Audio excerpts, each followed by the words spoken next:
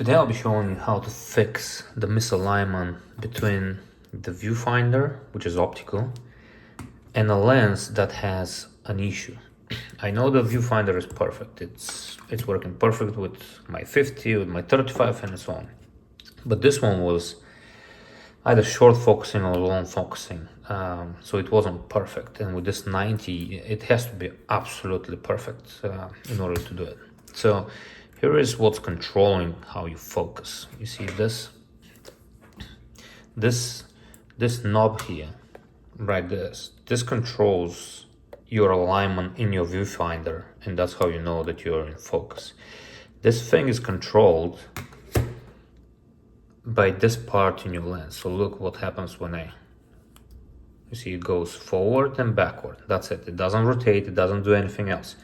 It goes forward and backward. So you have to figure out where the issue is. Is it too short or too long? Mine, for example, was too short, so I needed like a micron to be added to this part, so it works perfectly. And it's a process, a slow process. Don't do it if you're not comfortable. And there are a couple of things you need to look for. So what you need is a solder, very thin one. Mine is 0.8 millimeter.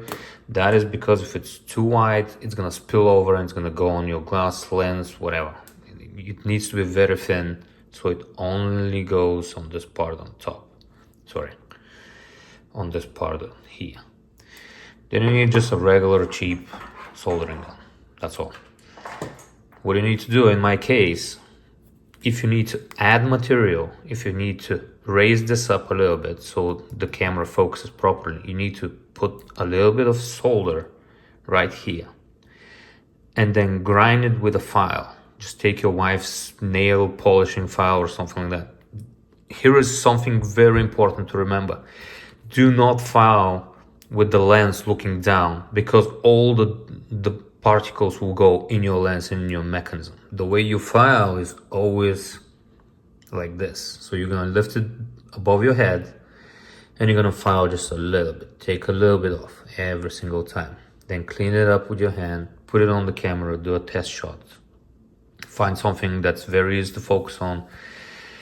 Preferably you can go either to my website. There is a sheet that you can download, and it can help you focus, but you can do it with any other object with a straight edge. It's very easy to focus. So that's the procedure. If you need to raise this up a little bit, in my case I had to rotate a little bit more. So you see, if the camera, the viewfinder says, okay, you had 3 meters exactly. When I turn on the EVF, I had to turn a little bit more, which makes, look what happens. If I'm turning this direction, that means this needs to come out, which means it's too short. So if you need to turn to the left, that means you need to add a little bit more solder here.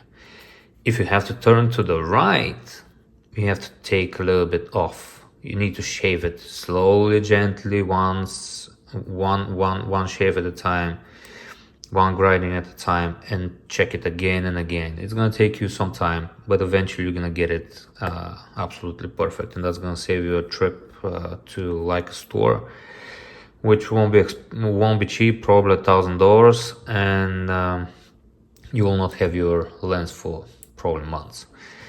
So if you need it fast and cheap, that's how you do it.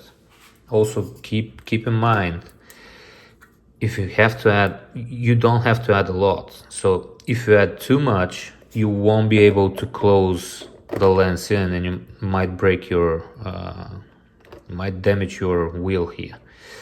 So it needs to be very thin.